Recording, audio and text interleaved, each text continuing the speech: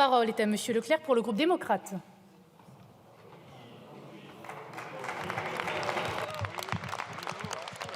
Merci Madame la Présidente, Madame la Ministre, Madame la Présidente de la Commission, Monsieur le rapporteur, chers collègues. L'objectif du plein emploi est atteignable et nous mettrons tout en œuvre pour y parvenir. Les députés démocrates considèrent même qu'il est de notre devoir de ne jamais baisser les bras face à l'exclusion professionnelle. Merci. C'est pourquoi il nous faut être inventifs et imaginer de nouveaux dispositifs pour faciliter l'insertion professionnelle. Une insertion professionnelle par laquelle passe bien souvent l'insertion sociale et l'émancipation de l'individu. Le CDI à fin d'employabilité incarne justement cette ingéniosité et ce refus de la précarité professionnelle. Expérimenté en 2018, le CDIE est une nouvelle forme de mise à disposition temporaire de salariés entre deux entreprises. Comme cela est très bien expliqué par mes collègues Nicolas Turquois et Anne Bergan, une entreprise de travail à temps partagé embauche d'abord un salarié. Cette entreprise met ensuite à disposition celui-ci auprès d'une autre entreprise couramment appelée l'entreprise utilisatrice.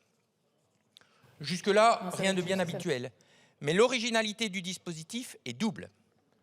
Tout d'abord, pour le salarié, une stabilisation professionnelle liée à la conclusion d'un contrat de travail à durée indéterminée et une rémunération minimale garantie entre les missions et une possibilité élargie de formation. Puis pour l'entreprise, la flexibilité socialement encadrée de faire appel à une main-d'œuvre adaptée à ses contraintes de recrutement comme à ses besoins de force de travail. En contrepartie, elle abondera de 500 € supplémentaires le compte personnel de formation du salarié.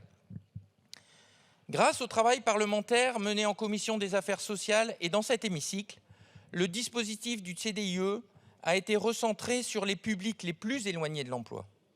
Ces femmes et ces hommes, ce sont ceux qui courent le plus de risques d'enchaîner les petits contrats. Les personnes au chômage depuis 1 an, les allocataires de minima sociaux, les personnes en situation de handicap, les plus de 55 ans sans emploi depuis 6 mois, et enfin les jeunes à faible qualification qui peinent à s'insérer sur le marché du travail. Comme l'ont souligné nos collègues Fanta Berete et Stéphane Viry dans la mission flash qu'ils ont conduite pour la Commission des affaires sociales en juillet 2023, ce dispositif n'implique pas de nouvelles dépenses pour l'État ou la sécurité sociale. Au contraire, on pourrait même estimer que le CDIE permet de réaliser des économies. Les salariés conservent en effet leur rémunération entre deux missions, là où ils auraient été indemnisés par l'assurance chômage sans ce dispositif. En prolongeant l'expérimentation de ce dispositif novateur pour 4 ans, nous nous mettons en condition de l'évaluer avec précision, ce qui n'avait malheureusement pas eu être le cas jusqu'ici.